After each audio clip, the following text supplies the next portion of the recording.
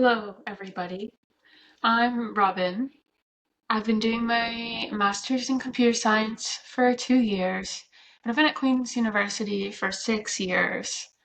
And right now, I'm mostly focusing on machine learning. Yeah, it's been pretty good. That was a bit awkward. Did you notice? Robin, thank you for being awkward. I think we should celebrate awkwardness. What do you think? I completely agree.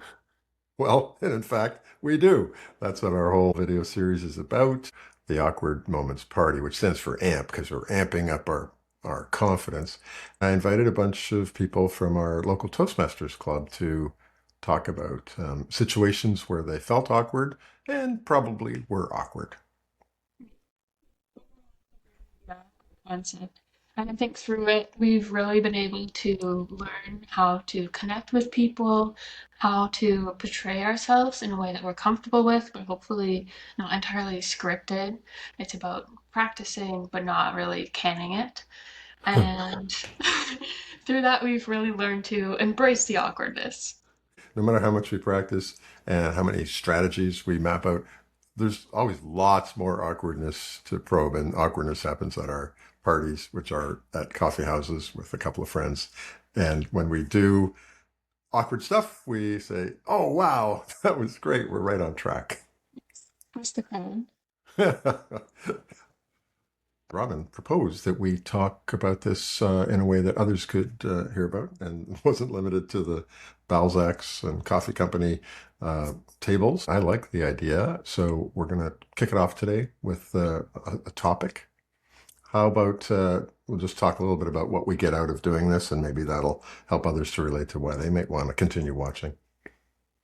And we all have those awkward little moments in conversations where we don't know what to say or we're not sure what to do, whether it's introducing ourselves or telling someone no.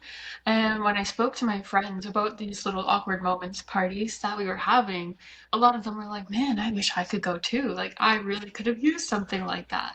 And so I started to think, why not just share it with everyone and see if it brings other people value along the way too. I'm not as awkward as I was when I was much younger. I learned how to not be too awkward. I'm an adult educator, a teacher, so I'm always working with others. So awkwardness is not right on the surface. I was an Air Force kid and moved from town to town, and I had to learn how to be cool and not awkward because as an outsider, you were always in a lot of danger. So I just love working with people to figure out how to be themselves, but also not be so awkward because the awkward hurts, right? It's almost like a physical pain. Around, like you were saying, Kevin, you start to realize your own little awkward tendencies, and that's why working through them, embracing them, and sometimes learning how to move past them can be a really helpful thing to do, don't you find? I do, and I love the fact that we get to process what's happened and think about how to do it better next time. Speaking of which, let's move to our first topic. Tips on introducing yourself. People are terrible at introductions. People are just terrible at it. I'm very positive about people. I usually like to pick out what's working, but very little works in intros. That's a great place where we can start. So, have I ranted too much? No, I think a lot can go wrong, especially like in computer science. Sometimes I can use too much jargon, and that can lose people right away. Or Totally, the maybe, whole nerd zone. exactly. Huh. Or just using a tone that doesn't resonate with people. Sometimes our tone either comes off as too friendly in a professional setting or the opposite.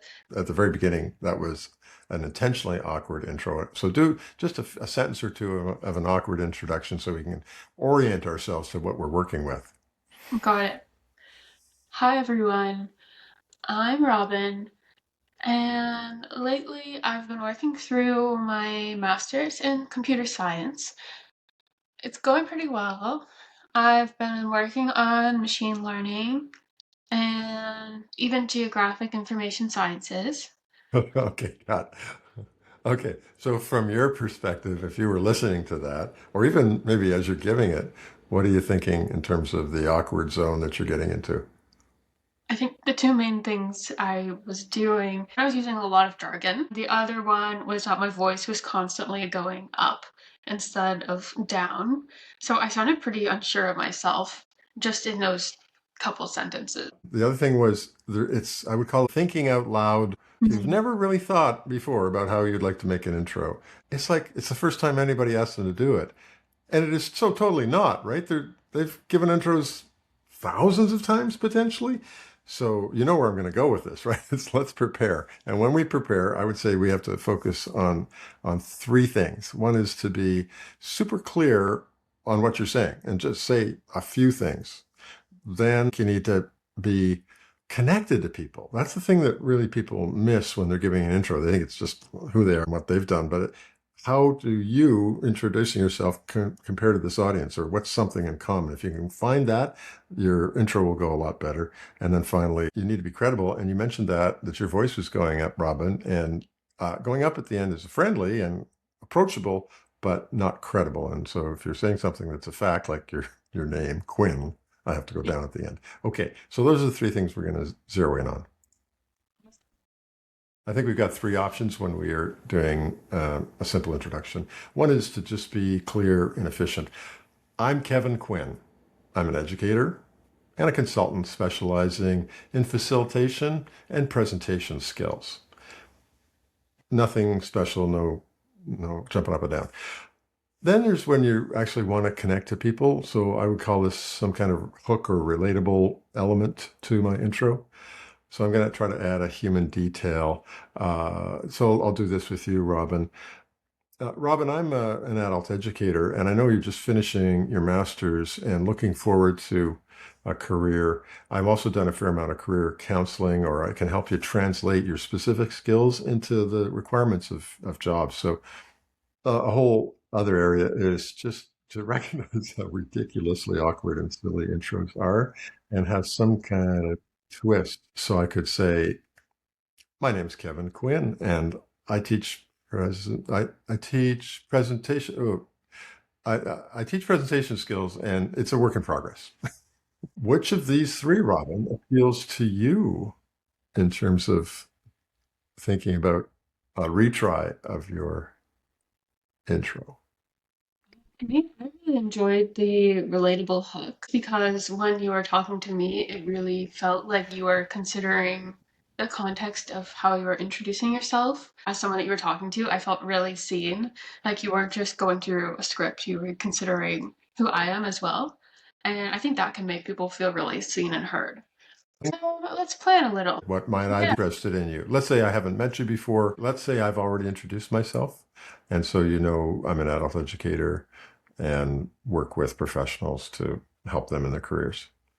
I'm starting my career, and I'd be interested to hear your thoughts on being early in your career and how to make the most out of that opportunity, because that's definitely something that we could relate on.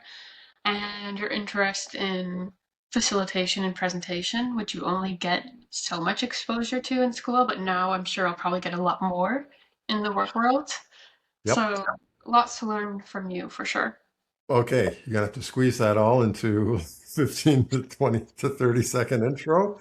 Yeah. And over to you. Well, Robin, I am fascinated by presentation and facilitation as well.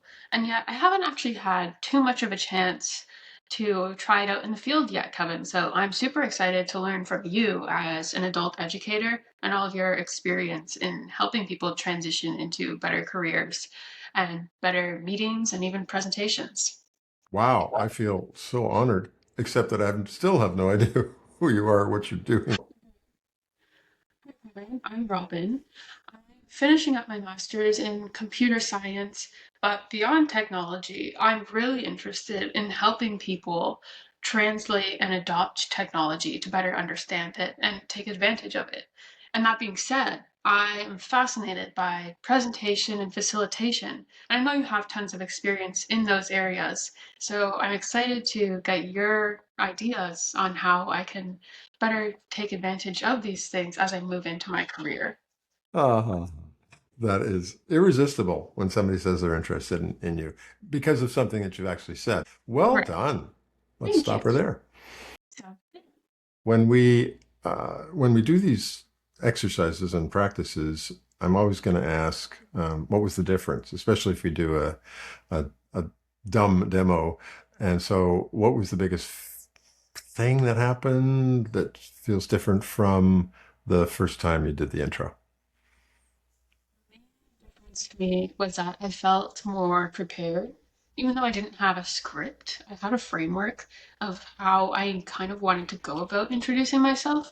So, yes, I was talking about who I am at a high level, but I was more so thinking about how I can connect that to Kevin.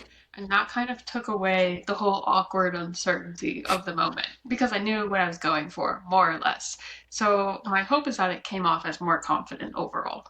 Yeah, well, it does. It's a funny thing when you've got like a magic wand. You have this magic wand. It's got power, and so you sound like you have power. You're pausing more. Your pace is clearer, and there's none of that kind of thinking on the spot. Even though you still are thinking on the spot, really. So it is different. Okay, we're going to use a model of structured debriefing called what, so what, and now what. So the what is, so what happened, what was different? What specifically was different between the two plays? So we've already mentioned that your voice was going up and sort of sounding like, hi, I'm Robin, and versus going down, I'm Robin, and I'm finishing up this, blah, blah, blah. It just sounds way more businesslike. What's another thing that happened that was different this time that you can remember?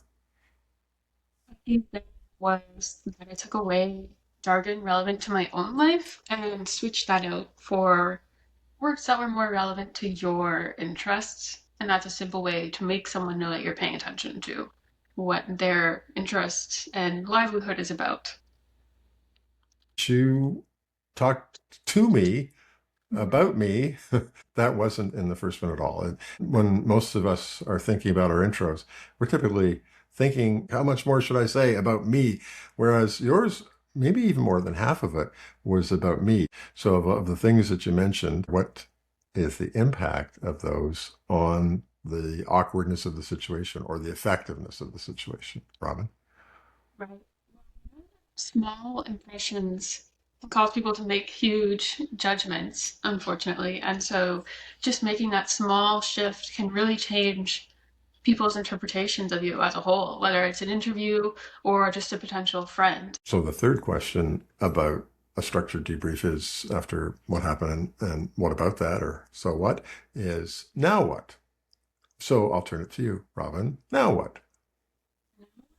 New practice or introductions, not necessarily in a script, but having a rough framework, like we mentioned, so that you can always show up and move through those awkward moments quickly. Because we know an introduction's coming, it happens all the time.